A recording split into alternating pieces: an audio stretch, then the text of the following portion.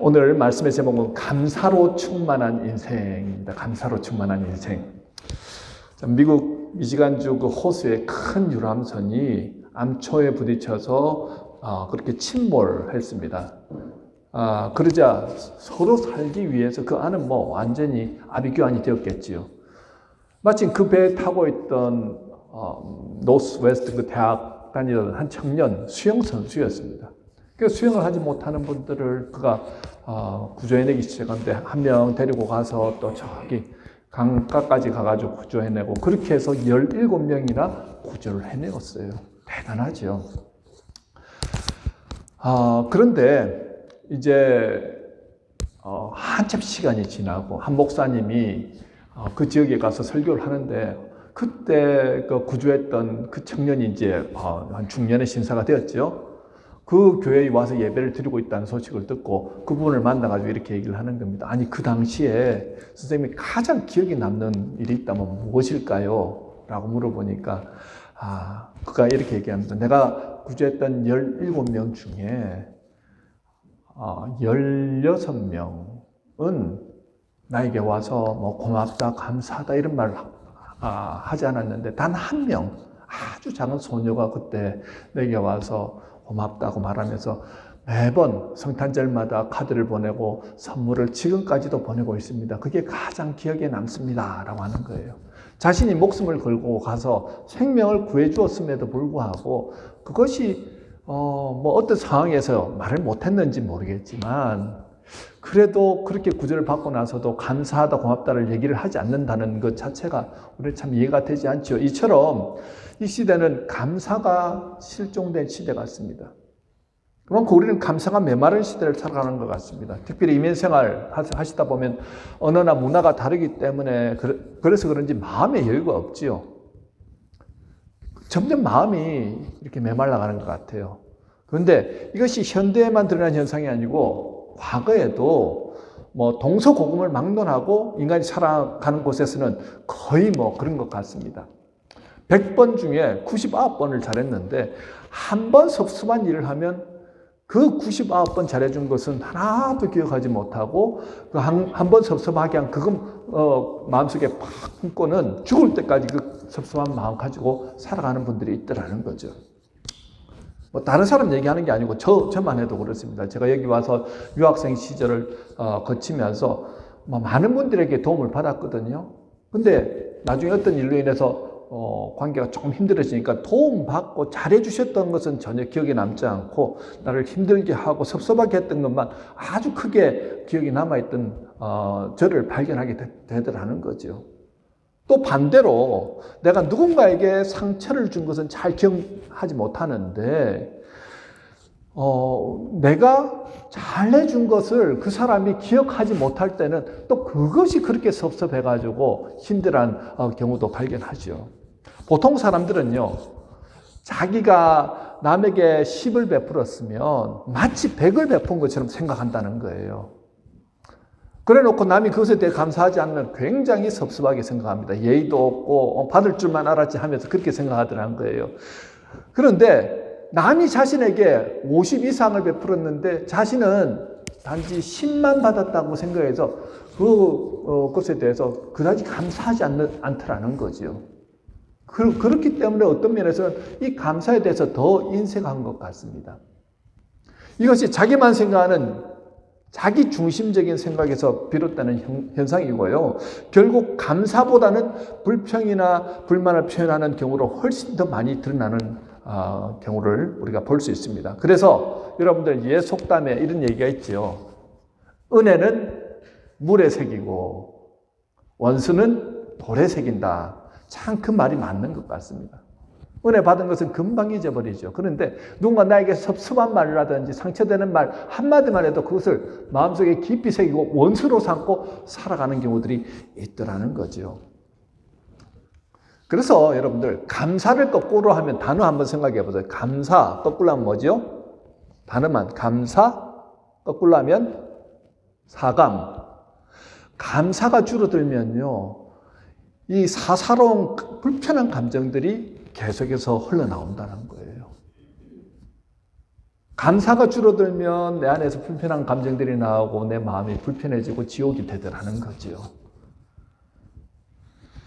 토레이라고 하는 신학자는요, 성령으로 충만한 사람들의 현저하게 드러나는 특징이 무엇인가? 감사라고 말합니다. 다시 말하면 우리가 성령 충만하다는 것을 무엇으로 알 수 있느냐 하는 겁니다. 우리가 열심히 기도하고 말씀 읽고 예배드리고 교회 봉사합니다. 물론 그것도 성령 충만할 때 드러나는 모습입니다. 하지만 가장 현저하게 드러나는 특징이 뭐냐? 바로 감사라는 거죠. 여러분의 입술에서 범사에 감사하시잖아요. 바로 그 상태가 성령 충만한 상태라는 것입니다. 여러분들 옆에 분들 한번 바라보실까요? 옆에 분들 한번 바라보세요. 주보 안 보셔도 괜찮습니다. 옆에 분들 한번 바라보시고 저를 따라해 주시기 바랍니다. 정말 성령 충만해 보이십니다. 성령 충만하면요, 그다지 심각하게 보이지 않습니다. 항상 밝아 보이거든요. 또 기쁨이 넘치는 것처럼 보입니다.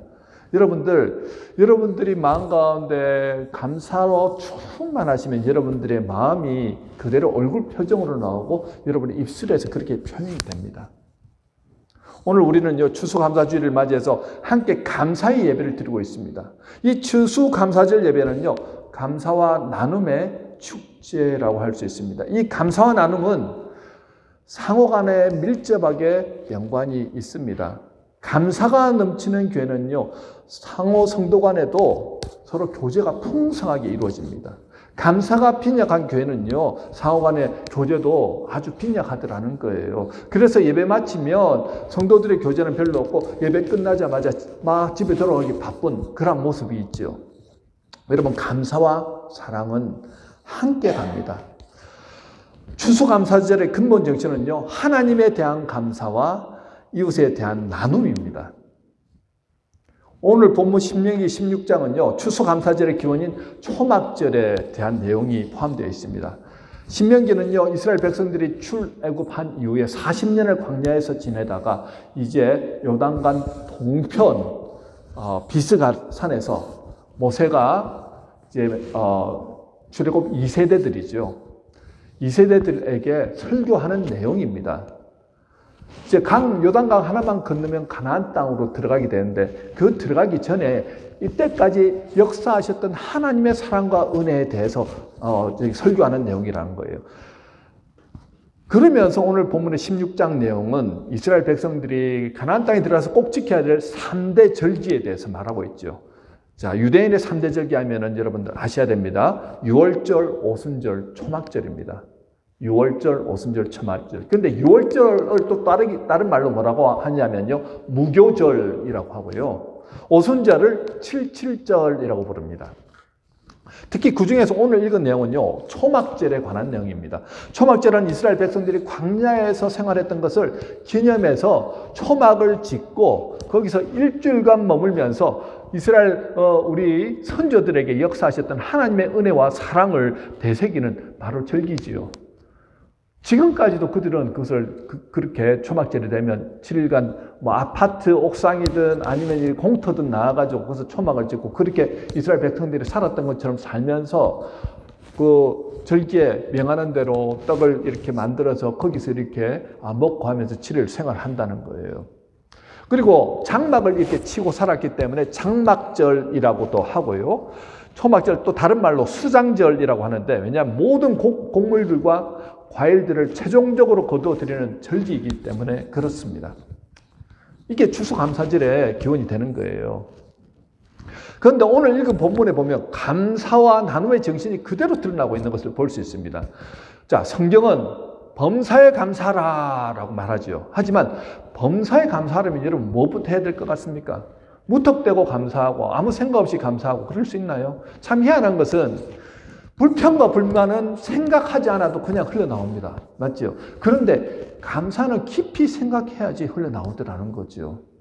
그래서 감사하다, thank라는 단어는요, 생각하다, think라는 단어에서 나왔다는 거예요. 원망, 불평거리, 별 생각 안 해도 흘러나오지만 감사는 생각해야 나온다는 것입니다. 찬송가 429장 가사에 보면요. 세상 모든 풍파 너를 흔들어 약한 마음 낙심하게 될 때에 내려주신 주의 복을 세워보아라. 주의 크신 복을 내가 알리라. 받은 복을 세워보아라. 주의 크신 복을 내가 알리라 라고 말합니다. 제가 이 곡을 딱 이렇게 적어놓고 나서 아내에게 내가 이걸 찬양을 할 것이다. 그러니까 제발 찬양하지 말고 읽어달라 그러더라고요. 그래서 알겠다고, 이게 은혜가 안 되면 안 되지 하면서 제가 그냥 오늘은 순종하는 마음으로 읽었습니다. 여러분, 감사하기 위해서는요, 하나님께서 내게 주신 것, 복을 먼저 생각해 보아야 한다는 거죠. 17절에 각 사람이 내 하나님 여호와께서 주신 복을 따라 그 힘대로 드릴지니라. 지금 초막절을 드리면서 먼저 하나님께서 어떤 내 삶 가운데 어떻게 역사하시는가를 생각해보고 하나님 앞에 그렇게 복을 따라서 감사하라고 그렇게 말하고 있습니다.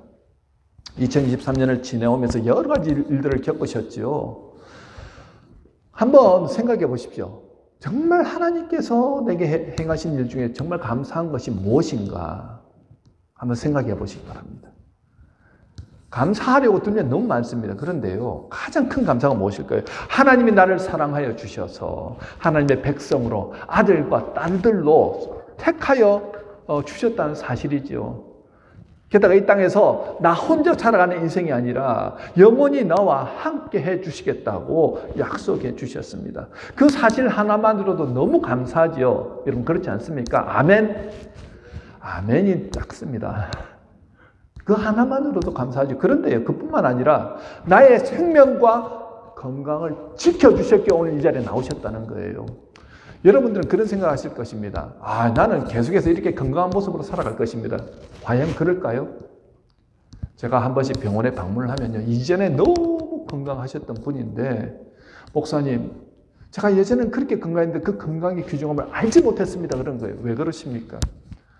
제가 지금 꼼짝을 못 하거든요.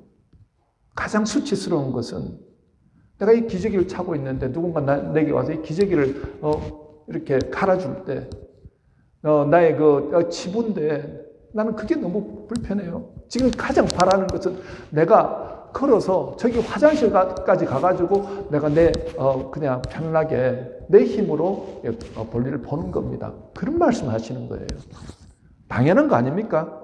그런데 누군가에게는 그것이 너무나도 소원이 있더라는 거죠. 여러분, 이 자리에 모여서 기도하고 예배 드리는데 여러분 어떤 마음으로 예배 드리십니까? 세상 가운데는요, 예배 드리기 때문에 핍박받고 박해를 받는 사람들이 얼마나 많은지 모릅니다. 종교가 다르다는 이유로. 이슬람권이나 힌두권이나 아니면 공산권에서 정말 하나님을 사랑하고 예배를 드리고 싶음에도 불구하고 드리지 못하거나 아니면 지하에 몰래 숨어서 예배 드리는 사람이 얼마나 많은지 모릅니다. 그럼에도 불구하고 그들은 목숨을 걸고 그곳에 모여서 예배를 드렸는데 그 기쁨과 감격이 우리가 드리는 예배와는 차원이 다를 정도로 큰 은혜 가운데 드린다는 거예요. 여러분, 우리는 여러분들이 예배 오늘 당에 나오실 때 예수 믿으면 와가지고 갑자기 나를 때린다든지 총으로 협박한다든지 아니면 와서 너 이렇게 하면은 너희 가족들 가만히 안 둘 거야 이런 협박 받고 오신 분들 계십니까? 한 분도 안 계시죠. 우리 주님이 지켜주셔서 오늘도 여러분 건강한 모습으로 기쁨으로 오늘 이 자리에 나오셨습니다. 다 하나님의 은혜라는 거죠. 여러분, 우리가 오늘 이 자리에 나와서 추수감사 예배를 드릴 수 있도록 우리의 생명과 건강을 지켜주신 하나님 은혜 감사를 드리는 저와 여러분이 되었으면 좋겠습니다. 그의 나를 둘러싼 모든 일들 또한 하나님의 섭리와 보호 아래에서 지켜주셨기에 가능한 일이지요. 그게 정말 하나님의 그 사랑과 은혜 생각하면 모든 것이 은혜고 모든 것이 감사할 것밖에 없습니다. 자, 또 무엇을 감사해야 할까요? 우리 15절에 한번 보실까요? 15절에 내 하나님 여호와께서 내 모든 소출과 내 손으로 행한 모든 일에 복 주실 것이니 너는 온전히 즐거워할지니라. 하나님께서 나의 생업의 현장에서 미래의 복을 주실 것을 믿고 감사드리라는 거예요. 받은 것에 대해서 감사드리는 것은 누구나 할 수 있습니다. 그런데 미래의 복을 주실 것이다라는 것을 믿고 감사하는 건 쉬운 일이 아니죠. 여러분, 감사가 가지고 있는 여러 가지 힘 중에서요, 예지력이라는 게 있는데, 이 예지력은 앞을 미리 내다보고 긍정적인 쪽으로 인도하는, 안내하는 힘이라는 거예요. 자신이 간절히 바라는 것을 이미 이루어진 줄을 믿고 그것을 상상하면서 그것을 믿고 기도하면서 나아가면, 감사하면서 나아가면 하나님께서 그 기도를 바라보시고 그쪽으로 이끌어 가신다는 거예요.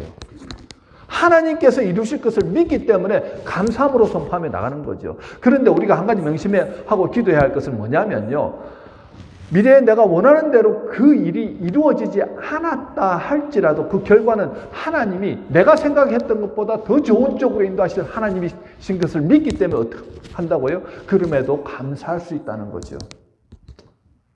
여러분, 내가 감사함을 통해서 욕심으로든 아니면 내 이기적인 마음으로든 이렇게 기도를 하잖아요. 그렇게 내가 상상하면서 기도하면서 될 줄로 믿습니다. 감사합니다고 이렇게 선포를 하면서 매일매일 나갔어요. 그런데 그렇게 간절하게 기도하다 보니까 그 욕심, 그 마음, 그 이기적인 마음을 하나님께서 바꿔주십니다. 그리고 정말 하나님의 뜻에 합한 쪽으로 하나님께서 인도하십니다. 그렇게 감사로 선포하면서 나가다 보니까요, 내가 이런 사람이 되기 위해서는 어떻게 해야 되겠다? 더 열심히 노력하죠. 왜 공부해야 될지, 내가 이만큼의 목표를 가졌는데 이만큼 사람으로서 내가 되어가기 위해서는 열심히 공부해야 되겠구나 하면서 자기가 자신을 어떻게 조절하면서 나가더라는 거예요. 우리 아시아 선수, 아시안 게임 여러분들 보셨죠? 축구 경기가 참 우리가 즐겁게 본 축구 경기였는데, 이강인 선수가 어린 시절에 이렇게 했던 인터뷰가 유튜브에서 뜬 걸 봤습니다. 아주 어린 시절이죠. 6살도 채 안 됐을 거예요. 그런데 목표가 3가지 있다는 겁니다. 첫 번째는 국가대표가 되는 것이 목표. 두 번째는 챔피언스 리그, 유럽에 있는 챔피언스 리그에 나가는 게 목표라는 거예요. 세 번째는 올림픽에 나가서 금메달 따는 게 목표라는 겁니다. 나는 꼭 그걸 이룰 거예요. 그 꼬마가 그렇게 얘기하는 게 아이고 참 꿈도 크다 그랬는데 그것이 지금 이루어지고 있죠. 그가 예수를 믿는지 안 믿는지 모르겠지만 그것을 바라보면서 그것을 꿈꾸면서 나온 사람도 무슨 이루어가는데 하나님의 자녀로 부름받은 저희들은 어떻게 했느냐는 거죠. 하나님께서 우리로 하여금 힘들다 어렵다 이렇게 공공하게 살면서 불평하고 불만하고 나는 안 돼. 하나님이 살아계신 어디 살아계셔. 이렇게 비관적인 태도로 여러분들 살아가기를 원하실까요? 아니면 나는 하나님 보이지 않지만 하나님이 계신 줄 믿습니다. 될 줄로 믿습니다 하고 여러분들의 앞으로 이루어질 일들을 바라보면서 그것을 이루기 위해서 감사하고 선포하며 나가는, 그람을 통해서 여러분들이 변화되어지는 모습들을 여러분들이 바라보게 될 것이고 주변 사람들이 바라보게 될 것이고 하나님께 도우심을 통해서 그런 역사가 일어나게 될 거라는 것입니다. 이미 된 줄로 믿고 감사함으로 나가기 시작하니까 하나님께서 이루어 가시더라는 거예요. 잠언 18장 20절, 21절에 이런 말씀을 합니다. 우리 중요한 말씀이니까 우리 함께 읽어볼까요? 시작! 사람은 입에서 나오는 열매로 하여 배가 부르게 되나니 곧 그 입술에서 나는 것으로 하여 만족하게 되느니라. 죽고 사는 것이 혀의 권세에 달렸나니 혀를 쓰기 좋아하는 자는 그 열매를 먹으리라. 혀를 말에는 권세가 있습니다. 하나님 이 세상을 창조하실 때 말씀으로 창조하셨지요. 하나님은 우리와 소통하실 때도 우리 말을 통해서 소통하게 하셨습니다. 우리가 말하는 것을 하나님께서 들으십니다. 자, 혀를 쓰기 좋아하는 자는 그 열매를 먹으리라. 부정적인 말, 불편한 말, 비관적인 말 하는 사람은 그 열매를 먹습니다. 자꾸 자존감이 낮아지고 우울해지고 자신감이 없어지고 그렇게 살아가더라는 거죠. 맞죠? 여러분들 그렇게 보시지 않습니까? 그런데 된다, 할 수 있다 하면서 하나님이 나를 도우실 것이다. 마치 된 것처럼 믿고 감사하면서 선포하며 나가다 보니까요. 하나님 그 말대로 그 사람을 인도하시더라는 거죠. 기도해 나가는데 부족한 것이 처음에는 있었는데 하나님께서 지혜를 주세요. 어떻게 해야 될 것이라는 것을 지혜를 주시고 단계별로 목표를 세우게 해 나가시면서 만들어 가시더라는 거예요. 욕심으로 아까 기도했는데 그 욕심을 다 어떻게 해요? 깨닫게 하시고 회개케 하심을 통하여서 하나님의 길로 인도하시더라는 거죠. 어떻게 하면 이 땅에서 정말 왕 같은 제사장으로 살아갈 수 있는가를 하나님께서 어떻게 해요? 도우시고 인도하셔서 되도록 만들어 가시더라는 것입니다. 어떻게 할 때요? 감사로 선포할 때입니다. 미래에 이루어질 나의 모습을 생각하고 그렇게 나아갈 때 하나님께서 역사하시더라는 거예요.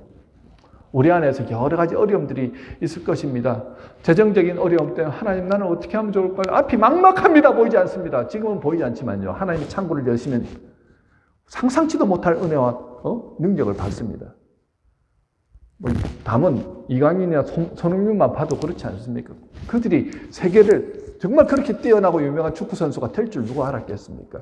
그 당시에는 아무것도 보이지 않아요. 그렇지만 믿음으로 선포하고 그렇게 나가다 보니까 하나하나 길이 열리기 시작하는 것과 마찬가지입니다. 사업을 하시든 어떤 일을 하시든 마찬가지라는 거예요. 하나님의 뜻 안에서 믿음으로 선포하고 나가시기 시작할 때 하나님께서 도우시는 손길이 역사하신다는 거죠. 자녀의 문제 때문에 답답해 하시는 분들, 하나님 그 자녀가 앞으로 이런 사람이 되었으면 좋겠습니다 하고 그것을 믿고 선포하며 나가십시오. 지금 당장 바라보면요, 앞이 보이지 않습니다. 막막합니다. 그런데요, 하나님께서 깨닫게 하시면 그가 비전을 발견하고 꿈을 발견하니까 세상을 변화시키는 놀라운 사람들로도 변해가더라는 거죠. 관계의 문제도 마찬가지고, 우리 학생들 오늘 청년들 많이 오셨잖아요. 학업의 문제도 마찬가지입니다. 그냥 요 모양 요꼴로 사는, 그저 뭐냐 대학만 졸업하고 그냥 이렇게 사는 모양이 아니라 분명한 비전과 꿈을 발견하잖아요. 그때부터는 인생이 달라지는 인생을 살아갑니다. 우리 인생의 제2막이 누구와 함께 시작이 되냐면 하나님과 함께하는 인생으로 완전히 다른 인생을 살아가게 되더라는 거죠. 그러니까 여러분들 바라보시고 감사로 날마다 선포하시기 바랍니다. 자, 15절과 17절에 지금 누리고 있는 현재의 복에도 여러분 감사하시고요. 미래에 누릴 복에 대해서 감사하라고 말씀합니다. 한마디로 말하면 범사에 감사하란 말이에요. 여러분 지금까지 하나님이 여러분들 도우셨다고 믿으십니까? 하나님께서 앞으로 우리의 미래도 책임져 주실 것이라는 사실을 믿으십니까? 그러면요, 믿은 것으로 끝나지 말고 말로 선포하십시오. 감사로 선포하십시오. 그리고 또 한 가지, 그들이 하나님께 감사할 뿐 아니라 이웃 사랑의 나눔을 실천하라고 말씀하죠. 14절에 보면 절기를 지킬 때는 너와 내 자녀와 노비와 내 성중에 거주하는 레위인과 객과 고아와 과부가 함께 즐거워하되, 여기에 나오는 사람들 가만히 살펴보면 자녀, 노비, 레위인, 객, 고아, 과부입니다. 그런데 자녀와 노비는 그 당시에 사람 대접받지 못하는 계층이었고요. 객과 고아와 과부는 당시 가장 가난한 사람들의 대표적인 계층이었습니다. 그리고 레위인은 생업이 없이 전적으로 성전 일을 도맡아 하던 사람입니다. 오늘날로 말하자면 목사님이나 아니면 선교사님이죠. 간단하게 말하면 어렵게 살아가는 사람들, 힘들게 살아가는 사람들과 함께 이 추수감사절 나눔의 축제를 나누라는 것입니다. 하나님께서 베풀어 주셔서 받은 이 복을 나 혼자 잘 먹고 잘 사는데 사용하지 말고 주변에 어렵게 살아가는 사람들, 고통 가운데 있는 사람들과 함께 불러서 초청해서 나누어 주라는 거예요. 이것이 하나님께서 우리를 향한 뜻이라는 것입니다. 내가 열심히 모았는데 목적은 나만 잘 되는 것입니다. 그럼 진정으로 예수님의 사람으로서 살아가는 모습이 아니라는 거예요. 하나님의 뜻은요, 내가 많이 받고 많이 누리게 하시는 것뿐만 아니라 나를 통해서 그 복이 흘러가게 하시는 게 하나님의 뜻이라는 것입니다. 우리는요, 때때로 경건을 지나치게 정적인 것으로 생각할 때가 있습니다. 좀 조용하고 과묵하고 이런 것이 경건이라 생각하는데 야고보서 1장 27절은 이렇게 말합니다. 고아와 과부를 환난 중에 돌아보고 새 속에 물들지 아니하는 것이 진정한 참된 경건이라고 말씀하거든요. 하나님께서는 이스라엘 백성들에게 추수감사절을 혼자서가 아니라 함께 즐기는데 누구를 데리고 왔어요? 그 당시에 가장 가난하고 가장 약한 계층들 데리고 와서 함께 나누라. 그것이 추수감사절의 의미라는 것입니다. 여러분, 그래서 우리 교회에서요, 이렇게 누군가를 향해서 뭐 사랑을 선포한다 아니면 섬긴다 할 때 이 친교 식탁이 굉장히 중요합니다. 어떤 사람들에게는 여기 와서 한국 음식을 함께 이렇게 나누어서 먹고 함께 교제하고 하는 것이 굉장히 어떻게 위로가 되는 분들이 계십니다. 교회에 와서 우리 고향의 맛을 볼 수 있고 교회에 와서 부모님의 그 사랑을 느낄 수 있는 그런 곳이 정말 교회의 중요한 역할 중에 하나지요. 그런 교회가 되어야 되지 않겠습니까? 자, 오늘 이 말씀을 통해서 우리가 추수감사절의 만찬을 나누면서 항상 어려운 가운데 있는 분들, 고통 가운데 있는 분들을 그렇게 바라보시면서 생각하면서 그분들을 초청하시고 나누는 그런 아름다운 우리 추수감사절의 만찬이 되었으면 좋겠습니다. 말씀을 맺겠습니다. 제가 하루는 밖에서 일을 마치고 이제 집에 이렇게 들어갈 때 문을 열고 딱 들어가니까 들어가면서 제가 입에서 나오는 말이 있거든요. 아유 피곤해. 아유 오늘도 너무 힘들다. 이렇게 하고 딱 신발을 벗고 들어가니까 아내가 하는 말이 목사님은 아버지의 그 귀한 모습을 왜 안 닮았습니까? 이렇게 얘기한 거 무슨 소린가 하고 귀를 기울여 보니까 우리가 신혼 초기에 우리 부모님과 함께 살았어요. 아버님 1층에 우리 2층에 살았는데 그래서 저녁 때는 같이 모여가지고 이제 밥을 먹는데 저녁 준비를 하다가 아버지가 들어오신 모습을 보면 아버님 안녕하세요 인사하는데 항상 들어오면 그 피곤한 일을 하시고 한 6시나 이렇게 들어오시면 피곤하고 지쳤는데 들어오시면서 항상 밝게 웃으시면서 하나님 너무 감사해 하면서 신발을 정리하고 딱 이렇게 들어오신다는 거예요. 그래 들어와가지고 이제 저녁 식사를 딱 먹을 때도 보면은 하나님 너무 감사하시지. 오늘도 내가 이런 일이 있었는데 너무 감사해. 이런 말씀을 하신 걸 아내가 기억하면서 당신은 목사님이고 당신은 매일매일 하나님 제일 가까이 있는 사람 아니냐고. 그런데 당신의 모습을 보면 피곤하다. 물론 피곤한 것도 알고 지친 것도 아는데 그래서 그 모습이 좀 배웠으면 좋겠다 이렇게 얘기를 하는 거예요. 그래서 처음에 들었을 때는 또 웬 잔소리인가 했는데 곰곰이 생각해 보니까 그런 거예요. 맞네. 내가 하나님의 은혜를 누린다고 하면서 내 입술에서 감사보다는 어떤 면에서는 뭐 피곤하다, 지치다 이런 말이긴 하지만 그래도 불평이나 이런 말들을 더 많이 하고 있지 않는가 생각해 보게 되었습니다. 그래서 그때부터 작정한 게 힘들 때 더 억지로 감사하자. 힘들 때 더 감사하자. 이 마음 가지니까요. 내 마음이 새로워지는 것을 느꼈습니다. 맞다. 힘들 때 감사하고 힘들 때 찬양하고 하다가 보니까 하나님의 은혜가 더 새록새록 더 깊어지는 거예요. 여러분, 우리가 누리는 모든 것에 당연한 것은 하나도 없습니다. 우리가 잘 아는 찬양인 은혜라는 가사 중에요. 내가 누려왔던 모든 것들이 내가 지나왔던 모든 시간이 내가 걸어왔던 모든 순간이 당연한 것 아니라 은혜였어 라는 내용이 있습니다.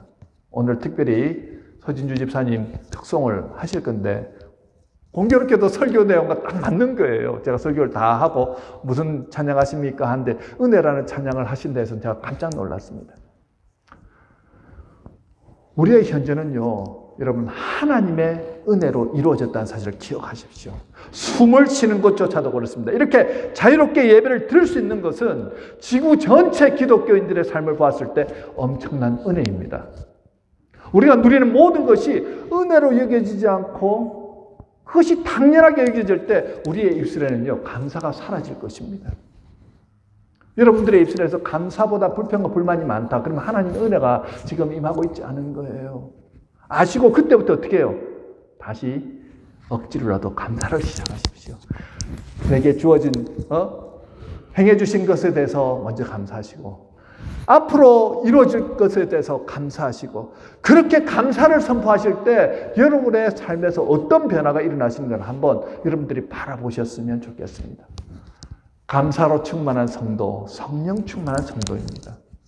오늘도 이 말씀을 통해서 여러분들이 결단하시고 이제는 내 입술에 불만이 나올 때마다 나는 감사하겠다 선포하심으로 한 주간도 승리하시는 저와 여러분이 되시길 주님의 이름으로 축원합니다. 우리 함께